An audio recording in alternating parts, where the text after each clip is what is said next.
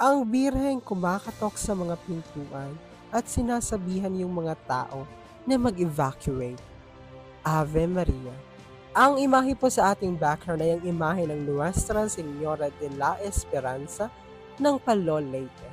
Ang imaheng ito ay likha ni Maestro Willie Layob na binasbasan at na-venerate ni Pope Francis nang siya ay bumisita sa Leyte para magdaos ng misa para sa mga sinalanta ng Super Typhoon Yolanda. Sino ba ang makakalimot sa bagyong napakadaming kinitil na buhay?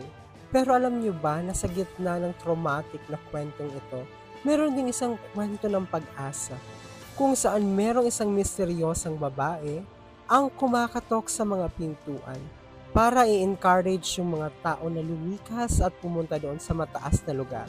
At meron ding mga testimonya kung saan sa gitna ng kawalan, may isang babaeng nakatapis at nakabelo na may hawak-hawak na bata ang sumagip sa mga nangangailangan. Meron kasi mga batang inanod ng tubig at nung tanungin sila kung paano sila nakaligtas, sinasabi nila na merong isang babaeng nakatungtong sa ibabaw ng alon na may karga-kargang bata at inabutan nga sila ng bata ng isang tali kung saan sila kumapit hanggang sa madala sila sa isang tuyong lugar. Maging ako nga ay nagkaroon ng pagkakataong ma-venerate ang Episcopally crowned image na ito ng Our Lady of Hope nang ako'y bumisita ng Tacloban. Yung picture na yun, hindi talaga yung planado. Pinicturean lang talaga tayo ni Kuya Jans.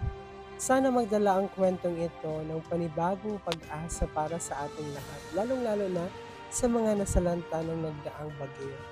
Ito po ang inyong hermano nagpapaalalang piliing maging masaya at piliing maging banal.